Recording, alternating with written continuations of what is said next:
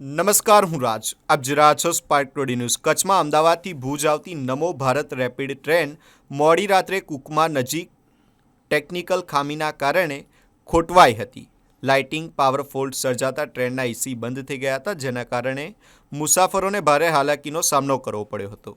એસી બંધ થતાં ટ્રેનમાં ગૂંગળામણ જેવી સ્થિતિ સર્જાઈ હતી અને મુસાફરોની સુરક્ષા તેમજ સુવિધાને ધ્યાનમાં રાખીને ટ્રેનના દરવાજા ખોલવાની ફરજ પડી હતી. ટેકનિકલ ખામીના કારણે નમો ભારત રેપિડ ટ્રેન લગભગ 3 કલાક સુધી મોડી પડી હતી. રાત્રે રેલવે વિભાગના કર્મચારીઓએ ખામી દૂર કરવા ભારે મહેનત કરી હતી, પરંતુ ટ્રેન ફરી શરૂ ન થઈ શકતા અંતે અન્ય એન્જિનની મદદથી મુસાફરોની સફર પૂર્ણ કરવામાં આવી હતી.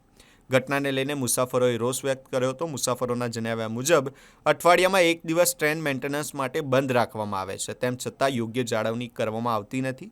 મુસાફરોનું કહેવું છે કે જો આવી પ્રકારની બેદરકારી ચાલુ રહેશે તો નમો ભારત રેપિડ ટ્રેનની વિશ્વસનીયતા પર અસર પડી શકે છે. ઉલ્લેખનીય છે કે નમો ભારત રેપિડ ટ્રેનની શરૂઆત દેશના વડાપ્રધાન નરેન્દ્ર મોદીના હસ્તે કરવામાં આવી હતી. ત્યારે તાજેતરની આ ઘટનાએ ટ્રેનની કામગીરી અને મેન્ટેનન્સ વ્યવસ્થાને લઈને અનેક સવાલો ઊભા કર્યા છે. નમો ભારત રેપિડ ટ્રેન એ કદાચ ઇન્ટરસિટી ટ્રેન નરેન્દ્રભાઈ મોદીએ ચાલુ કરી હતી. ખાસ કરીને ભુજ અમદાવાદ છે જે પ્રવાસીઓ આવજાવ કરતા હોય એમના માટે પણ ખૂબ દુઃખ સાથે કહેવું પડે છે કે આજે પણ ટ્રેન જ્યારે ઉપડી સવારે ત્યારે પણ અમદાવાદ લેટ પહોંચી.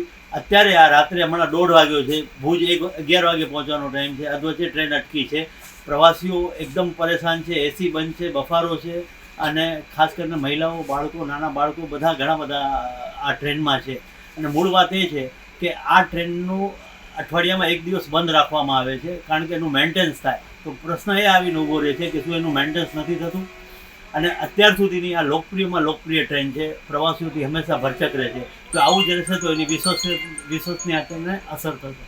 तकनीकी खराबी के कारण, बिजली के कुछ खराबी पिलर्स के कारण, बारिश के कुछ खराबी पिलर्स है जो ब्लास्ट हो चुके हैं. इसके बाद पूरी ट्रेन लेट हो चुकी थी. करीबन 3 घंटे लेट होने के कारण पूरा हमारा जो यात्रियों का प्रवास था वो पूरी तरह से अलग से निरस्त हो चुकी थी और यात्री का सफोकेशन के कारण दरवाजे भी खोलने पड़े.